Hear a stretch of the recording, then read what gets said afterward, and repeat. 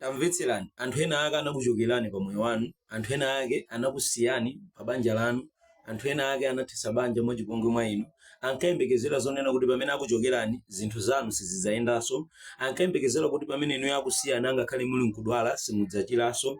Tamvetserani, ankayembekezera kuti pamene inu akusiyani angakhale nyengo zanu sizidzasinthanso, koma sankadziwa kunena kuti akukupatsani makwerero a mlingo wina wa moyo wanu. Sankadziwa kuti mulungu wapanga dala kuti kwa iwo zichitike zimenezo koma inuyo moyo wanu usinthe. Mvetserani, lero lino amati akakusuzumirana akatsekula chitseko ndikuyang'anani akuonani kuti moyo wanu suliso chimodzimodzi yayi.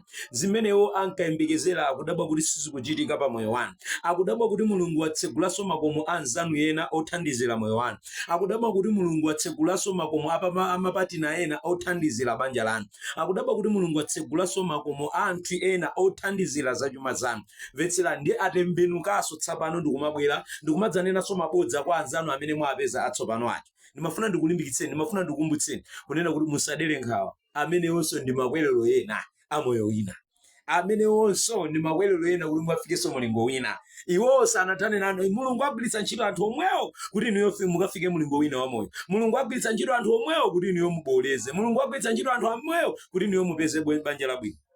Chemwali achimwene, osadandaula, makolo osadera nkhawa. Iwo akamatsekula chitseko ndikusuzumirani ndikumaona kuti zinthu zanu zikutheka, adzibwera ndi cholinga choti adzasokonezenso zimene zili kutheka ziti. Mvetserani, sakudzasokoneza koma akudzakukwezani kukufikitsani mulingo wina wa moyo.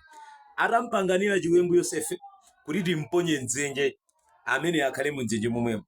Tamvetserani, panadzukanso munthu wina pagulu lomwe lichi nanena kuti tisamponye mdzenje, tiye timgulitseni ku dziko lakutali. Anali makwerero okafikiranso mulingo wina. Ambuye akudalitseni, mukhale ndi tsiku lopambana. Evangelist Chikondi Faison. Amen.